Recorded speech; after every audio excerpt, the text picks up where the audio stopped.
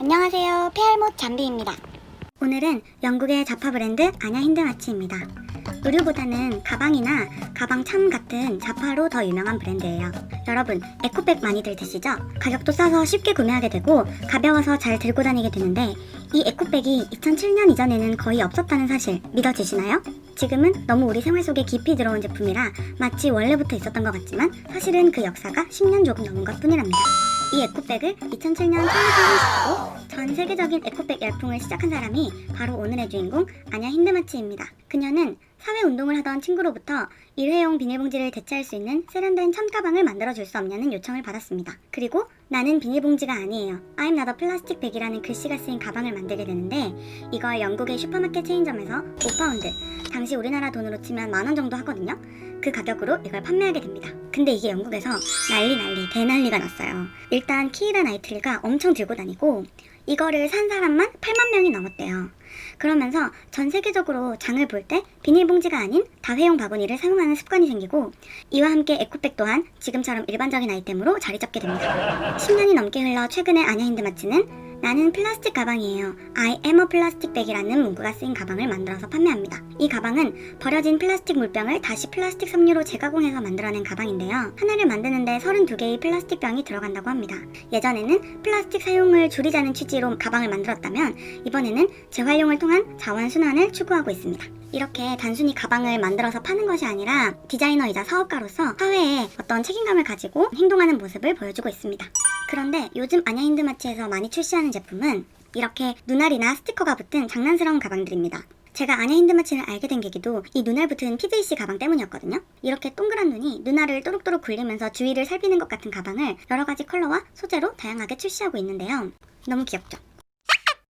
아냐 힌드마치는 1968년생으로 19살에 자신의 샵을 차렸습니다. 그녀는 의류보다는 가방, 슈즈, 그리고 소품류를 주로 디자인하는 액세서리 디자이너입니다. 그녀는 가방이 내가 누구인지, 내가 어떤 존재인지를 상징하는 것이라고 말합니다. 가방을 통해 내가 어떤 가치를 지향하는지 보여줄 수 있다는 건데요. 가방뿐 아니라 패션이나 인테리어 같은 것도 비슷한 맥락인 것 같아요. 가방을 콕 집어서 이야기한 건 그만큼 가방이라는 아이템에 대한 애착이 있다는 뜻이겠죠.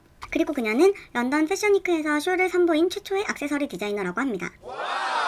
아냐 힌드마치의 행보를 보면 그녀는 그냥 이템을 만드는 사람이 아니라 이 아이디어가 있는 사람인 것 같아요.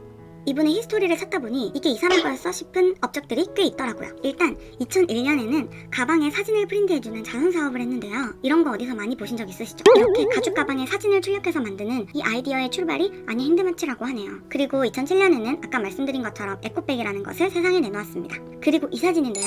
여러분 아마 지나다니면서 한 번쯤 보신 적 있으실 거라고 생각합니다. 2018년도에 한 첩이 하트 프로젝트입니다. 영국 런던의 랜드마크들에 왕대판 커다란 하트 풍선을 띄웁니다. 2017년 영국에서 런던 브릿지 테러가 있었는데 아냐 힌드마치는 사람들이 이 어려움을 극복해 나가는 모습에 경외심을 느낀다고 말하면서 이 첩이 하트 프로젝트는 자신이 런던에 보내는 러브레터라고 표현했어요. 어떤 사람들은 돈 낭비다, 쓰레기다 이렇게 말할 수도 있지만 분명 출퇴근하는 사람들 눈에 이 커다란 하트가 곳곳에 보이는 거랑 안 보이는 건 다를 거예요. 이성적인 판단도 중요하지만 인간에게 감성적으로 위로를 해주는 이런 이벤트도 꼭 필요하잖아요. 도시 행정적으로 허가받아야 할 사항도 많았을 텐데 좋은 뜻을 가지고 이런 큰일을 기획하고 실행한 게 사진만으로도 감동이 찡이더라고요.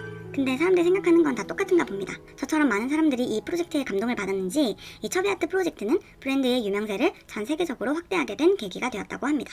그리고 또 하나, 스티커샵인데요.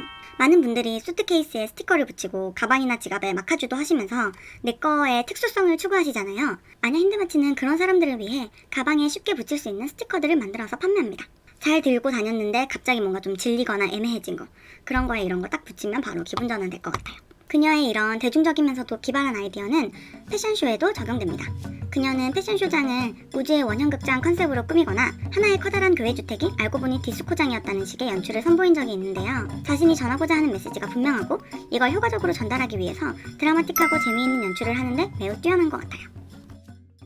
아냐 힌드마치라는 브랜드는 장인정신과 섬세한 디테일을 굉장히 중요시한다고 합니다. 그래서 2009년에는 맞춤 서비스를 오픈했는데요. 이 서비스의 목표는 다시 고객과 장인들을 연결시켜주는 것이었다고 합니다. 비슷한 맥락에서 그녀는 이런 말을 한 적이 있어요. 사람들은 물건이 어떻게 만들어지는지에 대해 너무 관심이 없다. 그러면서 브랜딩 전략만 이야기할 것이 아니라 어떤 사람과 일하는지, 어떤 물건을 만드는지에 집중할 필요가 있다고 말했습니다. 이런 말을 하는 브랜드라면 그 퀄리티는 믿고 가도 좋을 거란 생각이 들었습니다. 오늘은 패션 아이템은 둘째치고 마케팅은 이렇게 하는 거구나 라는 생각을 많이 하게 된 것 같아요. 자신이 추구하는 가치와 생각을 분명히 세우고 명랑하며 낙천적인 모습으로 사람들에게 보는 즐거움을 선사하는 유쾌한 브랜드 아냐 힌드마치였습니다. 더 많은 브랜드에 대해 알고 싶다면 구독과 좋아요 꼭 눌러주세요.